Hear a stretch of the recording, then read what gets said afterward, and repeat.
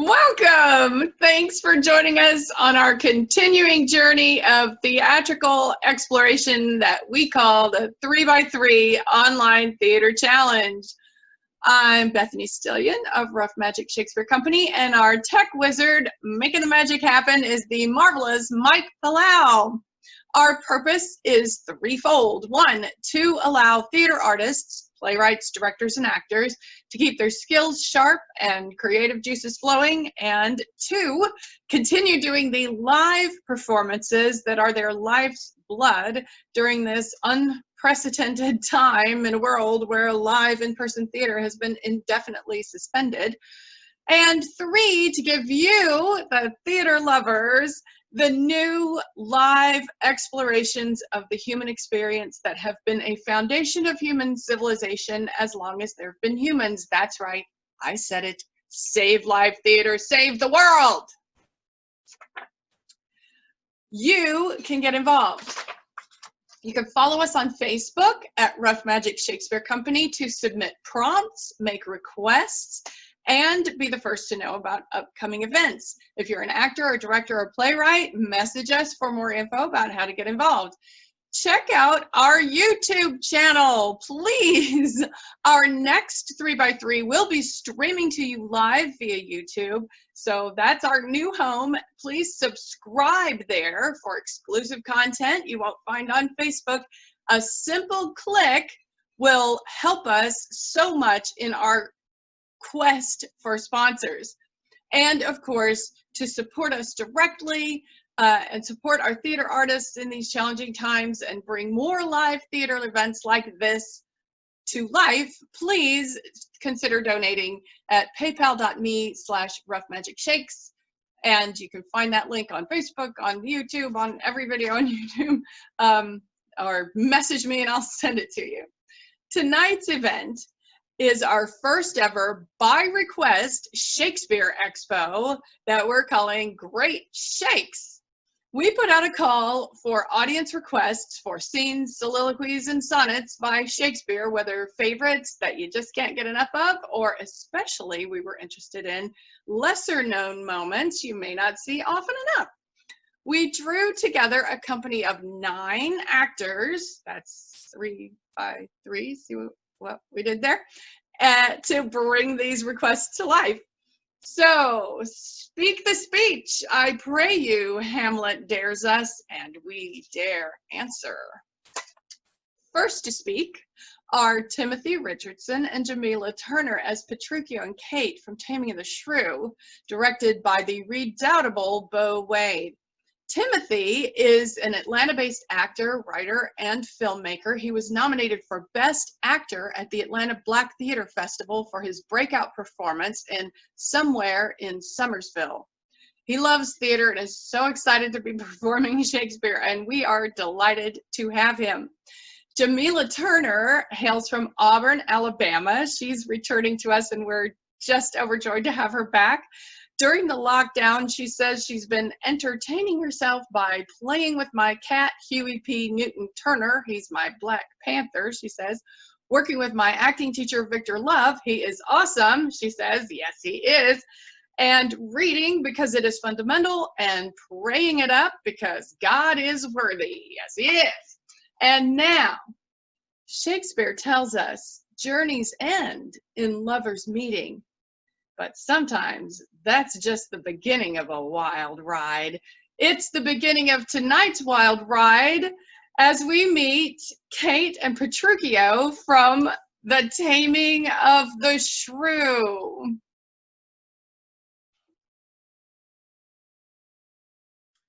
I will attend her here and woo her with some spirit when she comes. Say that she rail, why then I'll tell her plain. She sings as sweetly as a nightingale. Say that she frown. I'll say she looks as clear as morning roses newly washed with dew. Say that she be mute, and will not speak a word. Then I'll commend her volubility. Say she uttereth piercing eloquence. If she do bid me pack, I'll give her thanks. as though she bid me stay by her a week.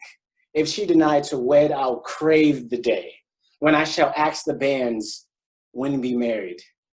But here she comes, and now, Petruchio, speak.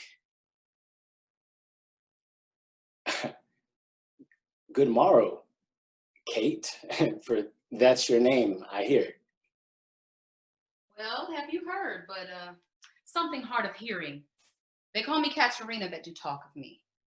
You lie in faith, for you are called plain Kate, and Bonnie Kate, and sometimes Kate the Cursed, but Kate, the prettiest Kate in Christendom. Kate of Kate Hall, my super dainty Kate, for dainties are all Kates, and therefore, Kate, take this of me. Kate of my consolation, hearing thy mildness praised in every town, thy virtues spoke of and thy beauty sounded, yet not so deeply as thee belongs, myself am moved to woo thee as my wife. Moved. In good time. Let him that moved you hither remove you hence. I knew you at first that you were immovable. Why, what's movable? A joined stool. Thou hast hit it. Come, sit on me. Asses are made to bear, sir, and so are you. Women are made to bear, and so are you. No such jade as you, if me you mean. Oh, alas, good Kate, I will not burden thee, for knowing thee to be but young and light. Too light for such a swain as you to catch, and yet as heavy as my weight should be. Big buzz. Well taken and like a buzzard. Oh, slow-winged turtle, shall a buzzard come take thee? Oh, aye, for a turtle as he takes a buzzard. Come, come, you wasp, my faith. You are too angry. Well, if I be waspish, best beware my sting. Oh, my remedy then to pluck it out. Aye, if the fool could find where it lies. Who knows not where a wasp does where he sting? In his tail. In his tongue. Whose tongue? Yours if you talk of tales, and so farewell. What? With my tongue in your tail? Nay, come again. Good Kate, I am a gentleman. That I'll try. I swear, I'll cuff you if you strike me again. And if you strike me, you will lose your arms. And if, no, gentlemen, no arms. My herald Kate will put me in thy books. What is your crest? A coxcomb? A comb's cock. Mm. Kate will be my hen. No cock of mine, you crow too like a craven. Nay, come, Kate, come. You must not look so sour. It is my fashion when I see a crab. Why? Here's no crab, therefore, look not sour. Oh, there is. There is. Then show it me. Had I a glass, I would. Do you mean my face? Well aimed, and for such a young one. Now, by St. George, I am too young for you. And yet you are withered. 'Tis with cares. I care not. Nay! Hear you, Kate. Kate, in sooth, you scape not so. I chafe you if I tarry, let me go! No, not a whit. I find you passing gentle. 'Twas told me you were rough and coy and sullen, and now I find report a very liar.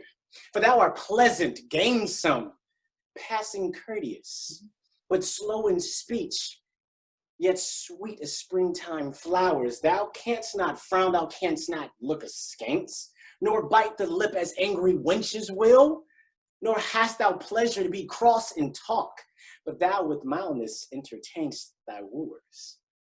with gentle, soft, and affable. Why does the world report Kate doth limp? Oh, slanderous world! Kate, like the hazel twig, is straight and slender and is brown in hue as hazelnuts and sweeter than the kernels. Oh, let me see thy walk. Thou dost not halt. Go, fool, to whom thou keepest command. Did ever Diane so become a grove as Kate this chamber with her princely gait? Well, be thy Diane and let her be Kate, and then let Kate be chaste and Diane sportful. Where did you learn this goodly speech? It is extempore from my witless mother. A witty mother, witless else her son. Am I not wise? Yes. Keep ye warm. Mary, so I mean, sweet Katharina, in thy bed, and therefore, setting all chat aside, thus in plain terms, your father hath consented. Thou shalt be my wife, you dowry greed on, and will you, nill you, I will marry you. Now, Kate, I am a husband for your turn, by this light whereby I see thy beauty, and thy beauty doth make me like thee well. Thou must be married to no man but me, for I am he am born to tame you, Kate, and bring you from a wild Kate to a Kate conformable as other household Kates. Here comes your father, make no denial. I must and will have Katharina to my wife.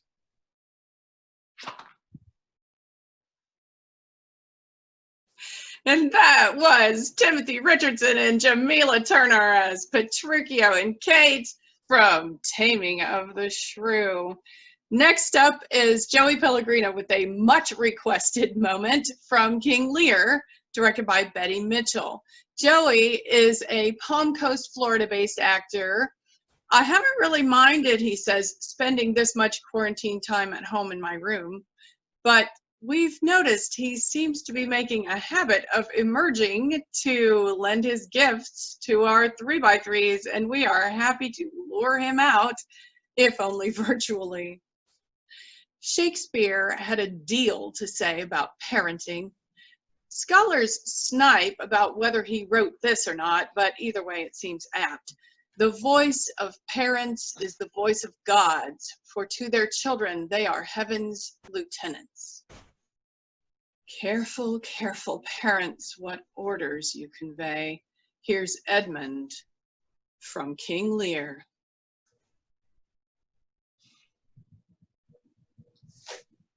Nature, thou art my goddess. To thy law my services are bound. Wherefore should I stand in the plague of custom and permit the curiosity of nations to deprive me, for that I am some 12 or 14 moonshines lag of a brother? Why bastard? Wherefore base? When my dimensions are as well compact, my mind is generous and my shape as true as any honest madam's issue.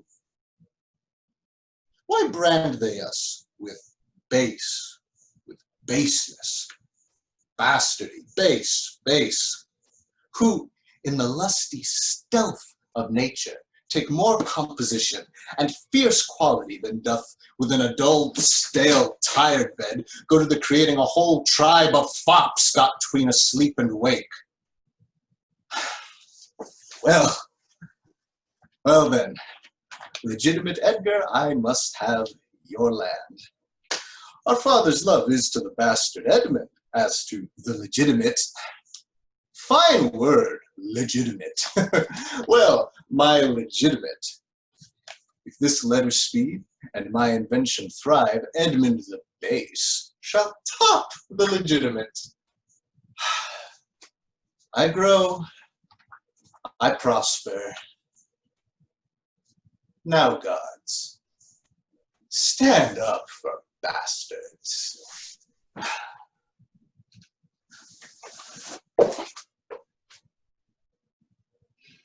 And that was Joey Pellegrino as Edmund from King Lear. Still speaking of parenting, next we have Betty Mitchell, who directed that piece and others tonight. Betty is a dear friend of mine and a prolific and indispensable contributor to these events. An Atlanta-based theater maker, her gifts as actor, director, and in coordinating our growing relationships with theater artists around the world are foundational to this series and essential to my sanity. Shakespeare tells us that a grandame's name is little less in love than is the doting title of a mother. At least this mother hopes so. Here are sonnets 5, 6, and 10. Those hours that with gentle work did frame the lovely gaze where every eye doth dwell, will play the tyrant to the very same, and that unfair which fairly doth excel. For never resting time leads summer on to hideous winter, and confines him there. Sap tinged with frost, and lusty leaves quite gone, beauty o'ersnowed, and bareness everywhere. Then were not summer's distillation left, a liquid prisoner pent in walls of glass. Beauty's effects with beauty were bereft, nor it, nor no remembrance what it was. But flowers distilled, when they with winter meet, least but their show, their substance still lives sweet. Then let not winter's ragged hand deface in thee thy summer ere thou be distilled. Make sweet some vial, treasure thou some place with beauty's treasure ere thou be self-killed. That use is not forbidden usury, which happy's those that pay the willing loan, that's for thyself to breed another thee, or 10 times happier, be it 10 for 1. 10 times thyself were happier than thou art, if 10 of thine 10 times refigured thee.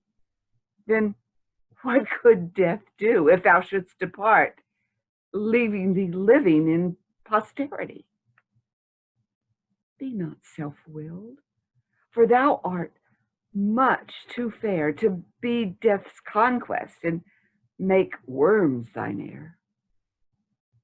Look in thy glass, and tell the face thou viewest, now is the time that face should form another, whose fresh repair, if now thou not renewest, thou dost beguile the world, unbless some mother. For where is she so fair, whose uneared womb disdains the tillage of thy husbandry? Or who is he so fond would be the tomb of his self-love to stop posterity? Thou art thy mother's glass, and she in thee calls back the lovely April of her prime. So thou through windows of thine age shall see from this thy golden time. But if thou live remembered not to be, die single, and thine image dies with thee. That was Betty Mitchell with sonnets 5, 6, and 3. Shakespeare explores the full gamut of human desires, from a fond mother longing for grandchildren to rather darker matchmaking wishes. Bo Wade and Kate Guyton cover some of this murkier territory, directed by Amber Cushing, as Angelo and Isabella in Measure for Measure. If Bo Wade isn't the beating heart of the 3x3 series, then Shakespeare might say he is the liver, the seat of passions and the source of the energy of life. Without his hands, heart, and heroism, these events could not live. Kate Guyton also has journeyed with us from the outset, leading her refulgent gifts as actor and director and bringing them to some of our most memorable and outstanding 3x3 moments. So excited to finally see them square off. Every man, the bard tells us, has business and desire, such as it is. But is it wise to twist the one to serve the other, as Angelo would do with Isabella in Measure for Measure? When I would think and pray, I pray and think to several subjects. Heaven hath my empty words, whilst my invention, hearing not my tongue, anchors on Isabel. Heaven in my mouth, as if I did but only chew his name. My heart, strong and swelling evil of my conception. O place, O form, how often dost thou with thy case, thy habit, wrench off from fools and tie the wiser souls to thy false seeming? Blood, thou art blood. Let's write, good angel on the devil's horn. It is not the devil's crest. How now, fair maid? I've come to know your pleasure. That you might know it, would better please me to ask it than to demand what is. Your brother cannot live. Even so, heaven keep your honor. Yet, he may live a while, and that may be as long as you or I, yet he must die. Under your sentence. Yea. When? I beseech thee, so that in his reprieve, be it longer or shorter, he may be so fitted that his soul sicken not. Answer to this. I, now the voice of the recorded law, have pronounced a sentence on your brother. Might there not be a charity in sin to save that brother's life? Please you to do it. I'll take it as a peril to my soul. It is no sin at all, but charity. Pleased you to do it at peril of your soul. Well, that were equal poise of sin and charity. That I do beg his life. If it be sin, heaven let me bear it. And if by you granting of that suit, if that be sin, I'll make it my morn prayer, and add it to my many faults in nothing of your answer. Nay, but hear me. Your sense pursues not my own. Either you are ignorant, or do seem so craftily, and that's not good. Let me be ignorant, and in nothing good, but graciously to know I am no better. Admitted, there were no other way to save your brother's life, as I subscribe not that, nor any other, but in the loss of question. Finding that you, his sister, finding yourself desired of such a person whose credit with the judge or some other great place could fetch your brother from the manacles of the all-building law, and that there were no earthly means to save him, but that you must lay down the treasures of your body to this supposed, or else to let him suffer. What would you do? As much for my poor brother as myself. That is, were I under terms of death, the impression of keen whips I'd wear as rubies, and strip myself to death, as to a bed that longing have been sick for, ere I'd yield my body up to shame. then must your brother die. 'Twere the cheaper way. Better it were that a brother died at once than that a sister, by redeeming him, should die forever. Were you not then as cruel as the sentence that you have slandered so? Ignominy and ransom and fair pardon are of two houses. Lawful mercy is nothing kin to foul redemption. You'd seem of late to make the law a tyrant, and rather prove the sliding of your brother a merriment than a vice. Pardon me, my lord. It all falls out. To have what we would have, we speak not what we mean. For I something do excuse the thing I hate, for his advantage that I dearly love. We are all frail. Nay, women are frail too. Aye, as the glasses where they view themselves, which are as easy broke as they make forms. Women, help heaven. Men their creations mar by profiting in them. Nay, call us 10 times frail, for we are soft as our complexions are, and credulous to false prints. I think it well, and from your own testimony of your sex, since I suppose we may be no stronger than faults may shake our frames, let me be bold. I do arrest your words. Be that you are, that is, a woman. If you be more, you're none. If you be one, as you do appear by all external warrants, show it now, by putting on the destined livery. I have no tongue but one. Gentle my lord, I entreat you, speak the former language. Plainly conceive, I love you. As my brother did love Juliet, and you tell me that he shall die for it. He shall not, Isabel, if you give me love. I know your virtue hath a license in it, which seems a little fouler than it is to pluck on others. On mine honor, my words do express their purpose.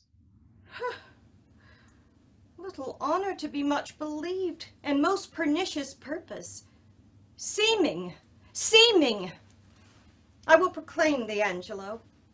Look for it.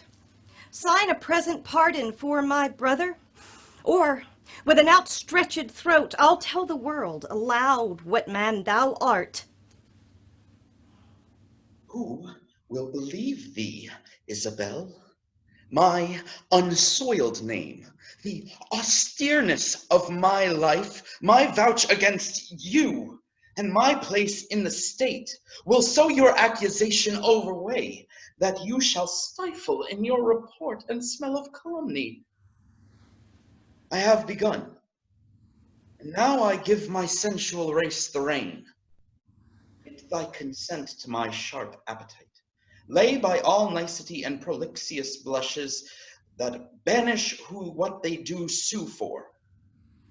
Redeem thy brother by giving thy body over to my will, or else let him die the death, not only, but by thy unkindness shall his death draw out to lingering sufferance. Answer me tomorrow, or by the affection that now guides me most, I'll prove a tyrant to him. As for you, say what you can. My false overweighs your true.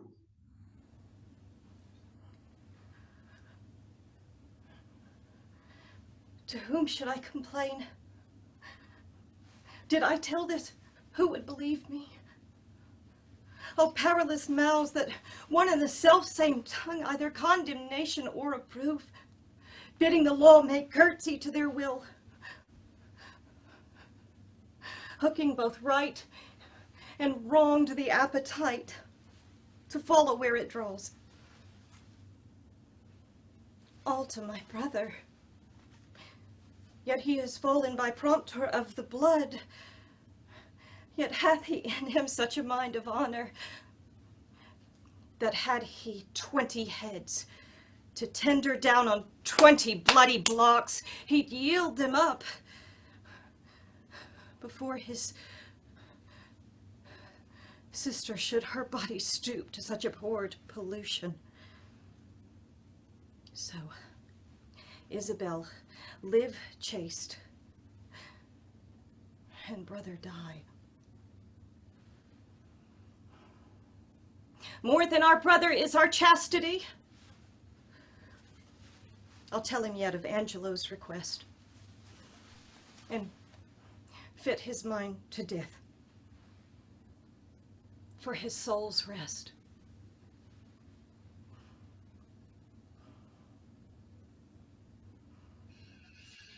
And there's Beau Wade and Kate Guyton as Angelo and Isabella in Measure for Measure. Love and death. Love and death. Primal subjects, so often primary in Shakespeare's stories. Next up, Timothy Richardson in a scene from Julius Caesar, directed by Beau Wade, will take a brief tour of the love of a man for his mentor, or the death of that love. Time's the king of men, the bard tells us. He's both their parent and he is their grave, and gives them what he will, not what they crave. So what might time give to Brutus in Julius Caesar?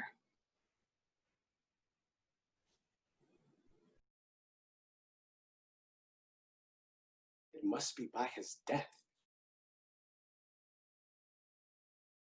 And for my part, I know no personal cause to spurn at him, but for the general, he would be crowned. How might that affect his nature? There's the question. It is the bright day that brings forth the adder, that craves the weary walking.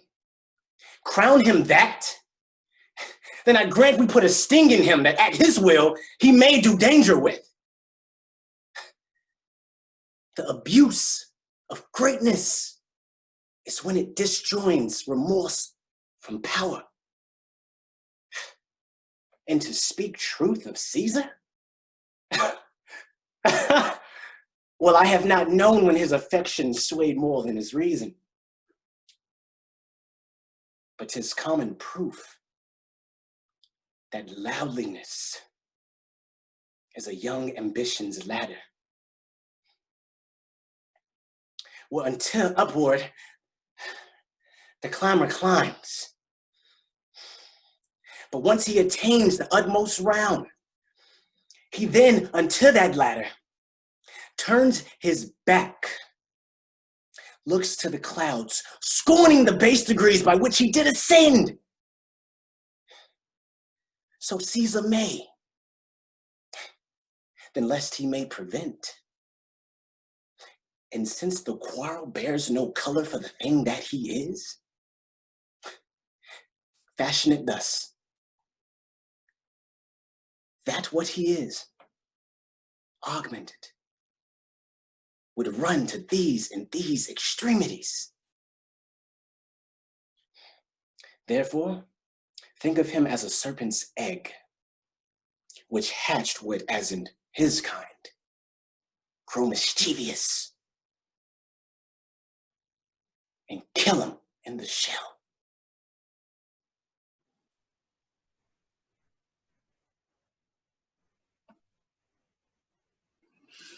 Timothy Richardson as Brutus from Julius Caesar. Next up, a new addition to our company, Amber Cushing continues to explore love and death in another moment from Julius Caesar, directed by Betty Mitchell. We first met Amber as a playwright, contributing to our latest 3x3 event, Uprisings. A New Jersey-based theater artist, her plays have been produced in festivals throughout South Jersey, Philadelphia, and New York City. Her show, Oz.org, will premiere at Philly Fringe in September. He that dies pays all debts, the bard assures us. But what of those who live on? Mark Antony confronts the aftermath in Julius Caesar.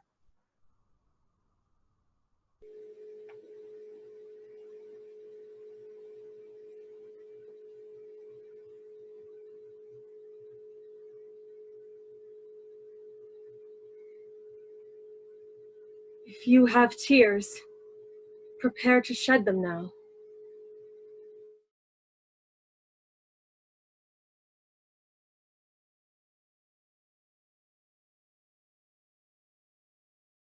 In his tent. Look, at this place ran Cassius's dagger through. See what a rent the envious Casca made. Through this, the well-beloved Brutus stabbed, and as he plucked the cursed steel away, mark how the blood of Caesar followed it, as if rushing out of doors, to be resolved if Brutus so unkindly knocked or no. For Brutus, as you know, how dearly Caesar loved him. This was the most unkindest stab of all. For when the noble Caesar saw him stab, ingratitude, more strong than traitor's arms, quite vanquished him, then burst his mighty heart. And in his mantle, muffling up his face, even at the base of Pompey's statua, which all the while ran blood, great Caesar fell. Oh, what a fall was there, my countrymen. Then I and you and all of us fell down whilst bloody treason flourished over us. Oh, now you weep, and I perceive you feel the dint of pity. These are gracious drops. Kind souls, what weep you when you but behold our Caesar's vesture wounded? Look you here! Here is himself, marred, as you see, with traitors. And that was Amber Cushing with Mark Antony from Julius Caesar. Still on the subject of paying debts. Next, Betty Mitchell and Victor Love take us to the far frontier of love and death, family and retribution, in a scene from Henry VI, Part 3, directed by Kate Guyton.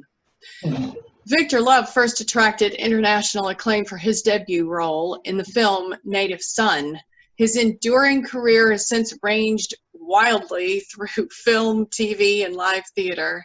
He is managing director and master instructor of the Evolve Atlanta Acting Studio in Atlanta. You can find them at evolveatlanta.com. That's EVOLV Atlanta.com. And you can find many of his talented students gracing our 3x3 events. We are thrilled to have him and them as part of our ever-burgeoning band of players. Hamlet opines that revenge should have no bounds. Queen Margaret would agree as she finally meets York in Henry VI, Part 3.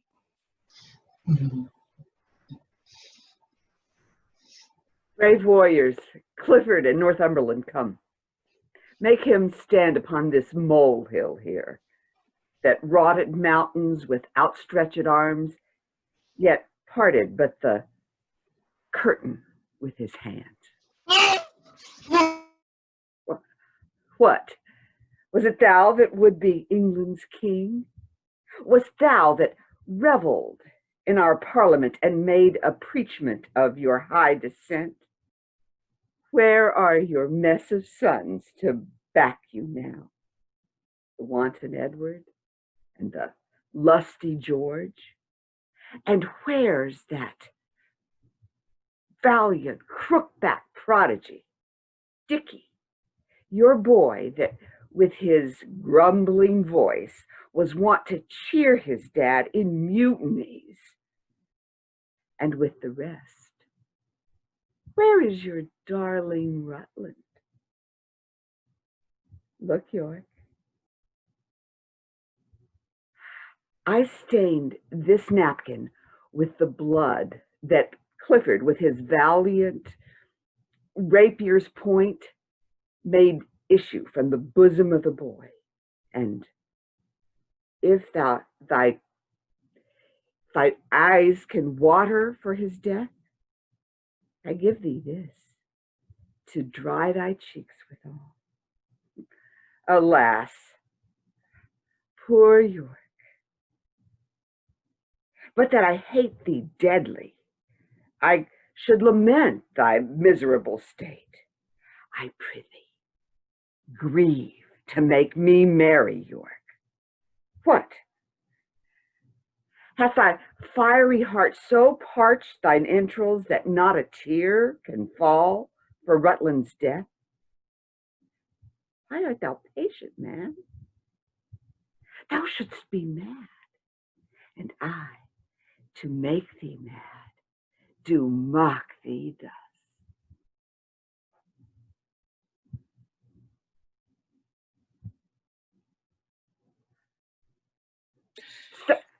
Stamp, rave, and to make me mad.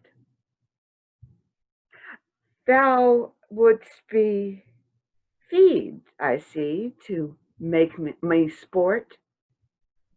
I prithee, rant and rave. Oh, thou needst a crown? A crown for York. And here, bow low to him. I give thee this. Hold you his hands, whilst I do set it on. Ay, marry, sir. He looks like a king. Aye, this is he that took King Henry's chair, and this is he was his appointed heir. But why is York so soon crowned and broke his solemn oath? But I bethinks me he should not be king till our King Henry hath shook hands with death.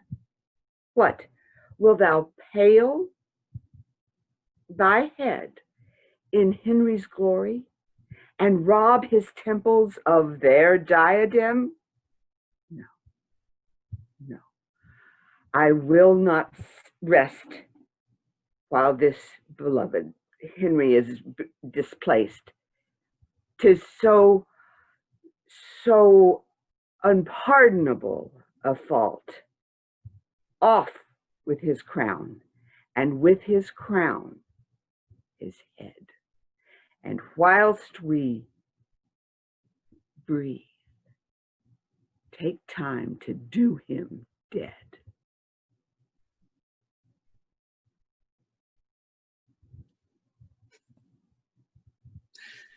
Wow. That was Betty Mitchell and the headless Victor Lowe as Queen Margaret and a moment of York. I'm sorry that it's live theater, folks, and we will have to bring York another time. That was a scene from Henry VI, Part 3, and it's live theater, folks. The Wolf of France. Yes, it is.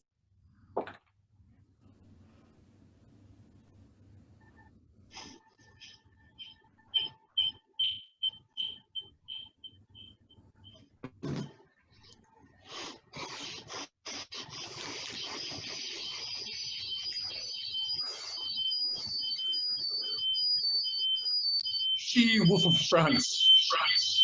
but worse than wolves of France, whose tongue more poisons. Live theater, I'm going to start again.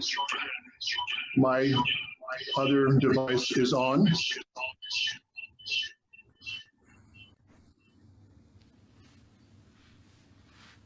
Okay, I am so sorry.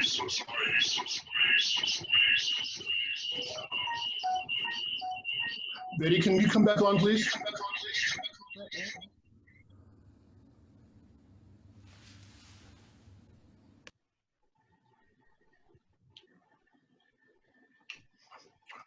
Can you give me the cue again? Or And whilst we breathe, 1 second.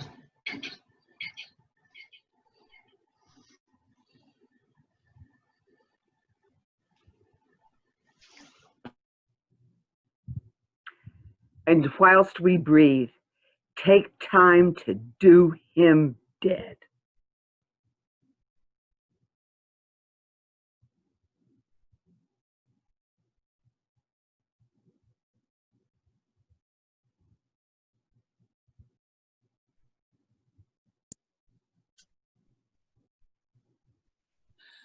I think we've lost him again.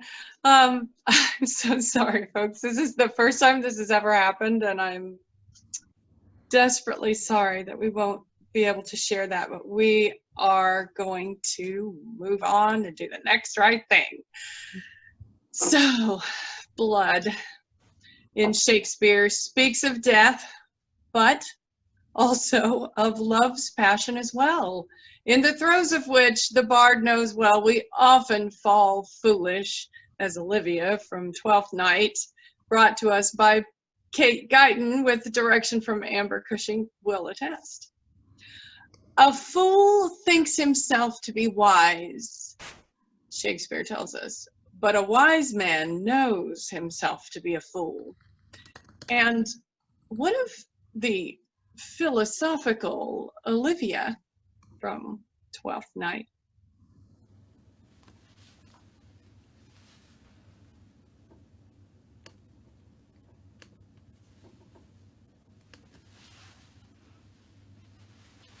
Oh, what a deal of scorn! Looks beautiful in on his lip. A murderous guilt shows not itself more soon than love that would seem hid. Love's night is noon. Cesario, oh, by the roses of the spring, by maidhood, honor, truth, and everything, I love thee so, that maugre all thy pride, nor wit nor reason can my passion hide. Do not extort thy reasons from this clause, for that I woo. Thou therefore hast no cause, but rather reason thus, with reason fetter. Love sought is good, but given unsought, better. Ooh, go get him, girl. So that was Kate Guyton as Olivia from Twelfth Night. She'll be surprised when she catches it. Oh, love. Next up, more of this foolishness from Joey Pellegrino and Amber Cushing as Don Adriano and Moth from Love's Labour's Lost. Shakespeare admonishes us, love is your master, for he masters you. And he that is so yoked by a fool, methinks, should not be chronicled for wise. Between Don Adriano and Moth, who indeed is the schoolmaster and who the foolish student in Love's Labour's Lost? I have promised to study 3 years with the Duke. You may do it in an hour, sir. Impossible. How many is one thrice told? I am ill at reckoning. It fitteth the spirit of a tapster. You are a gentleman and a gamester, sir. I confess both. Both are the varnish of a complete man. Then I'm sure you know how much the gross sum of deuce ace amounts to. It doth amount to one more than two. Which the base vulgar do call three. True.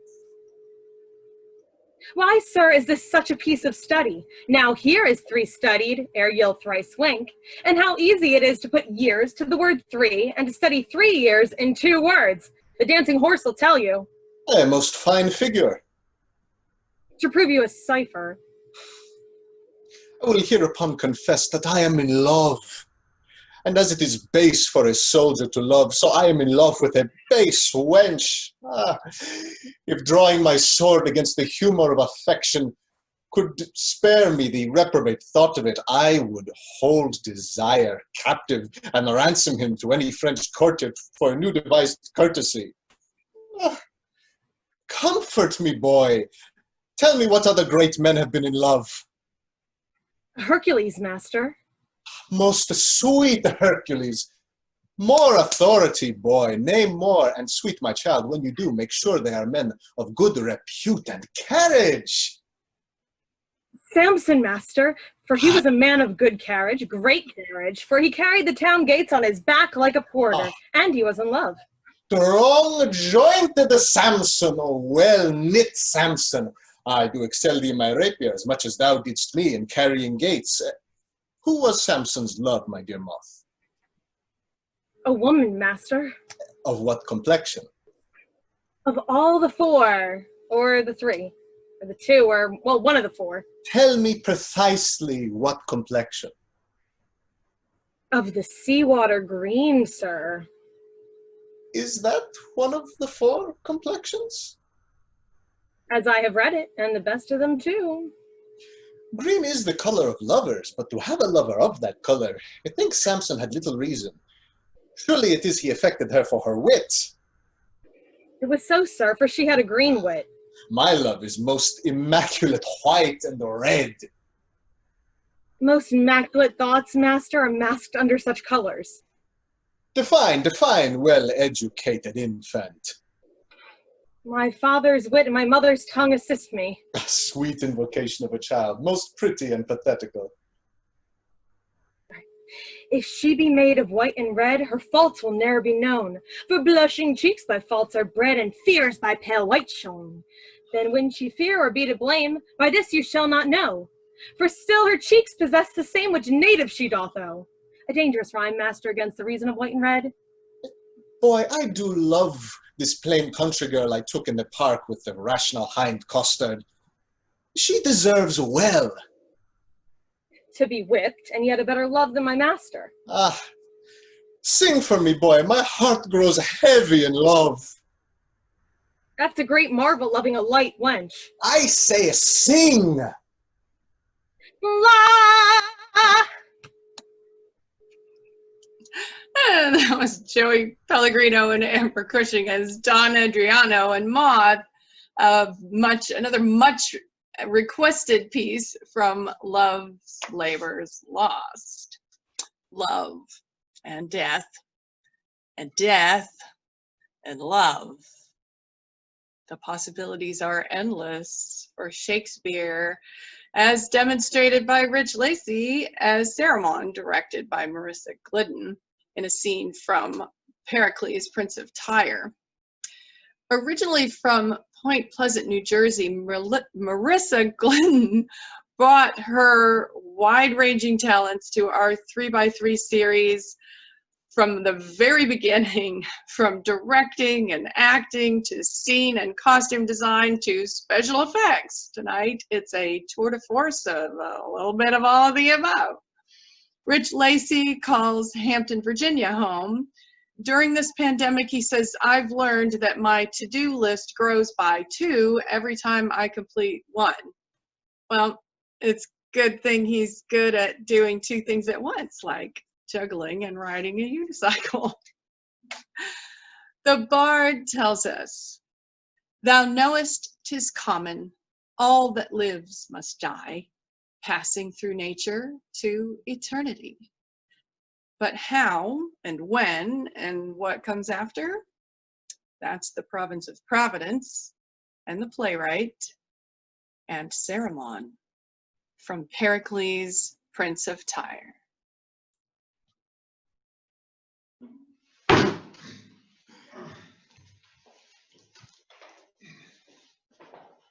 Village host, fetch fire and meat for these poor men.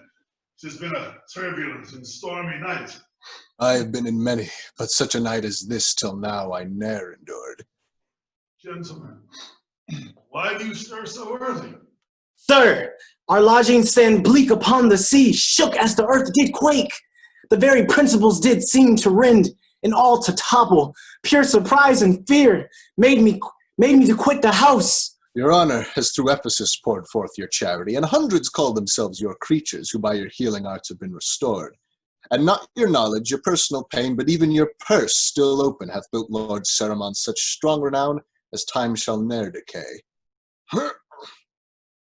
So lift here. What is that? Sir, even now, did the sea toss upon our shore this chest? 'Tis of some wreck. 'Tis like a coffin, sir. Oh, well, there it be. This wondrous heavy. Wrench it open straight. The sea's stomach be o'ercharged with gold. 'Tis good constraint of pleasure, and it belches upon us. Aye, 'tis so, my lord. How close 'tis caulked and bitumed. Did the sea cast it up? I never saw a huge billow, sir, as tossed it upon shore. Wrench it open. Soft. It smells most sweetly in my sense. A delicate odor. As the air did enter my nostril, sir, so up with it. Oh, you most potent gods! What's here? A corse! Most strange! Shrouded in cloth of state, balmed and treasured, with bags full of spices, and a passport. Oh, Apollo, perfect me in your characters. Here I give to understand, if ere this coffin drive a land, I, King Pericles, have lost this queen, worth all our mundane cost. Who finds her, give her a burying, she was the daughter of a king.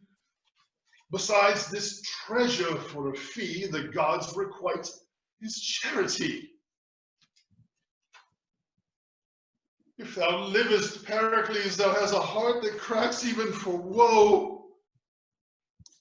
This chanced tonight. Most likely, sir. Nay, most certainly tonight. For look how fresh she looks.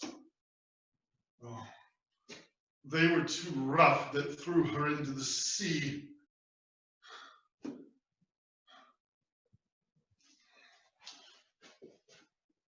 Yes. Make up a fire and fetch all my boxes from my closet hither.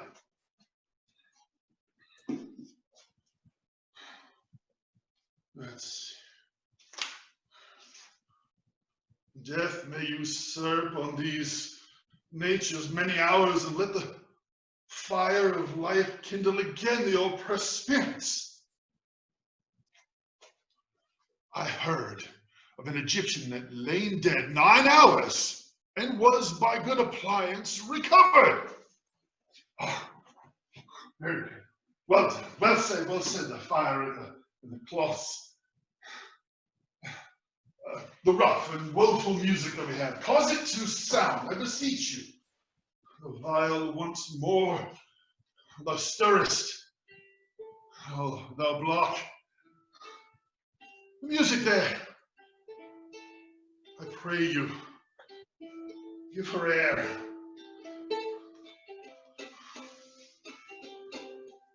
This queen will live.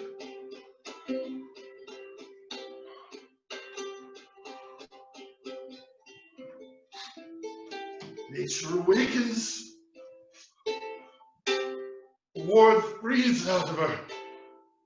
She hath not been entranced more than 5 hours. Look how she gins to blow into life's flower again. The heavens, through you, increase our wonder and set up your fame forever.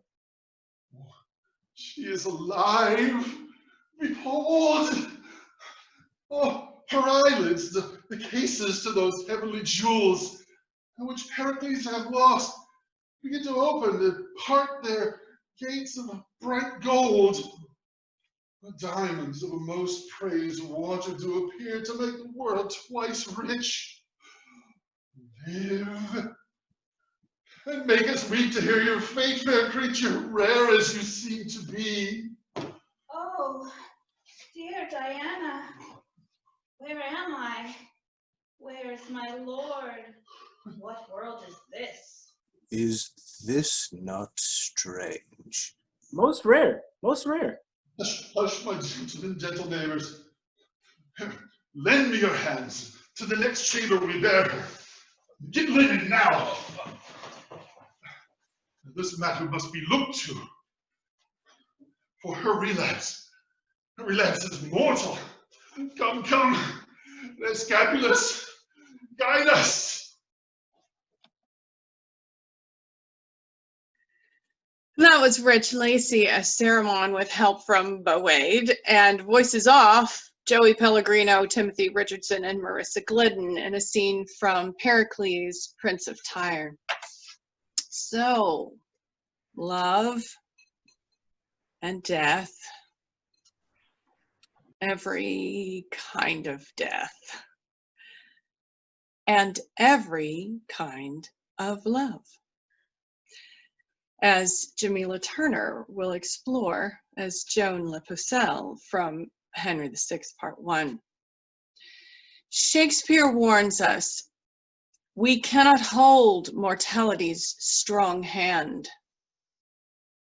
but some may hold the hand of immortality, as does Joan in Henry VI, Part 1.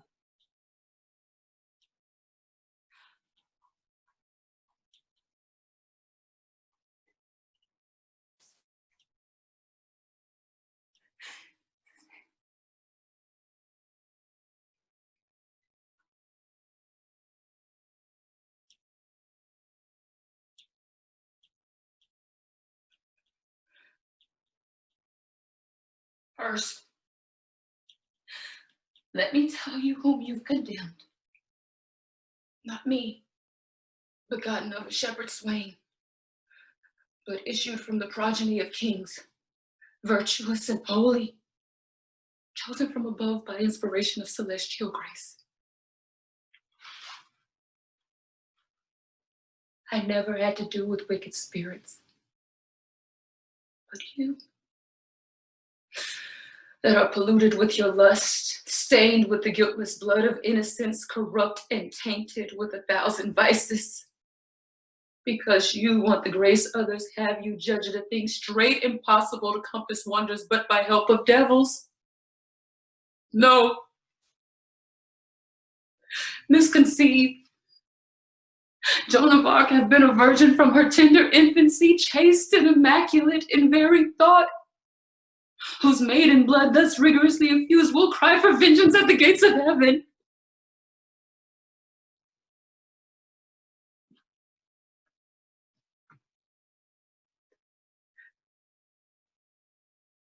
Will nothing turn your unrelenting hearts?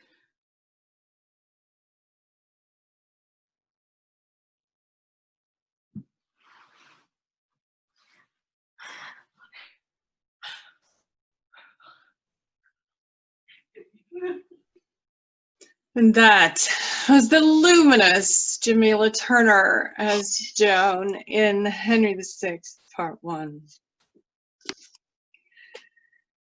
Did I say every kind of death?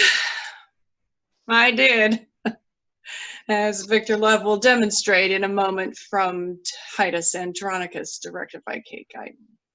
The French say, Revenge is a dish best served cold, but Shakespeare knows that the iciest vengeance burns, as for Aaron in Titus Andronicus.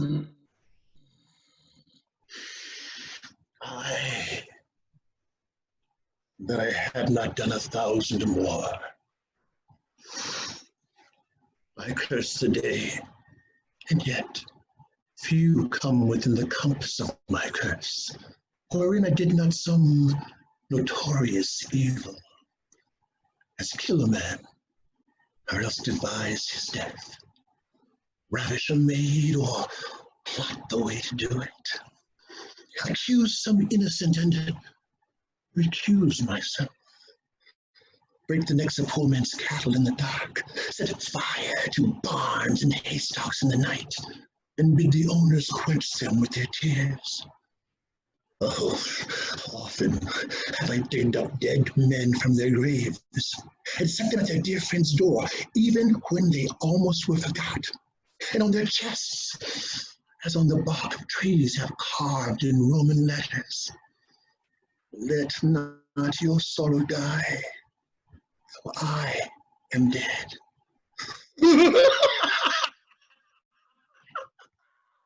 Oh, I have done 1,000 dreadful things, as easily as one would kill a fly.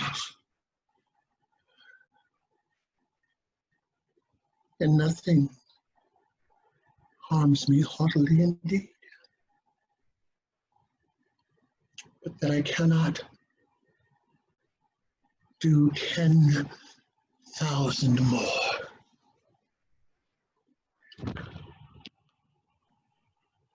Oh.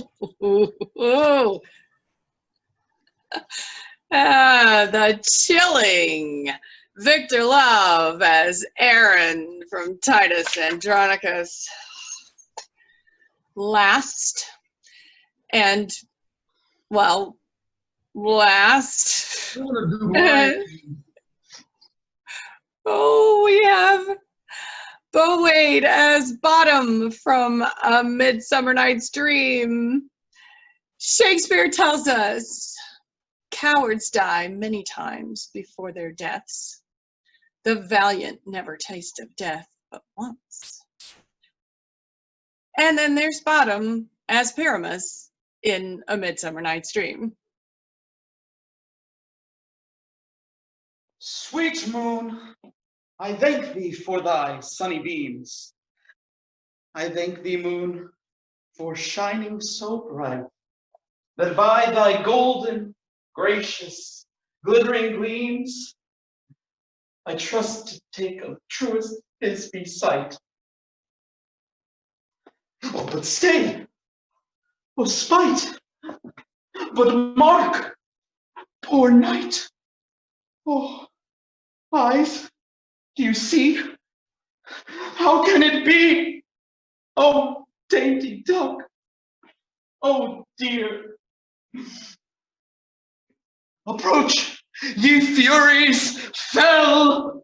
Oh, fates, come, come, cut thread and thrum! Crush, quail, conclude, and quell. Oh, wherefore, nature, didst thou lions frame? Since lions vile, here hath the flower, my dear, which is no, which was the fairest dame that lived, that loved, that liked, that looked with cheer. Come, tears, confound, out, sword, and wound the pap of Pyramus, I that left pap where heart doth hound. Thus die I. Thus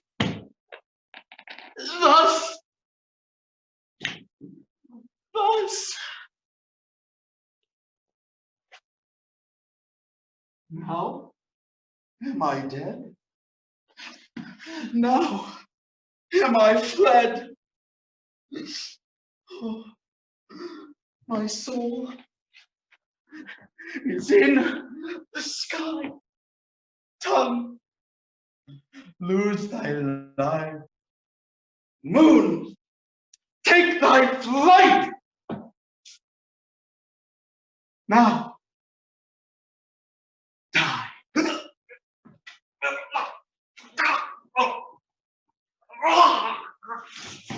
Die.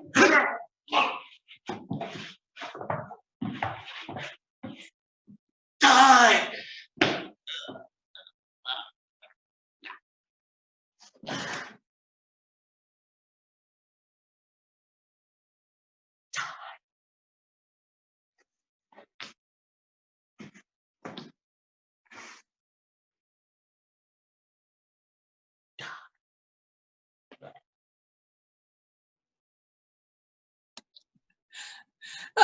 Indeed, that was Bewait as Bottom as Pyramus from A Midsummer Night's Dream. Oh my gosh, thank you so much for coming along on our continuing crazed adventures of theatrical explorations and experiments and accidents. Let's bring everybody back for a curtain call, and I promise you we will bring Victor Love back the next time we do a Shakes and see that amazing York scene. Sometimes technology doesn't want to play with us. So if you enjoyed tonight's 3x3 expedition through the winding ways of Shakespeare's works, please do 3 things. Follow us on Facebook, Rough Magic Shakespeare Company, to be the first to hear about new events. Participate in choosing pieces or submit prompts to dare our playwrights to rise to the online theater challenge. 2, everybody check out our new home on YouTube, where you can relive all our past and present peregrinations, and like, share, comment, and subscribe, please. Our next 3x3 will be coming to you live from YouTube, so make sure you subscribe so you don't miss a thing. And 3, if you can, please donate. PayPal.me/roughmagicshakes. Every dollar is cherished and directly supports our live theater events. Thank you again for the precious gift of joining us on our adventures. And remember, everybody, save live theater, save the world. Good night, everybody. Good night. Oh, we love you. Good night.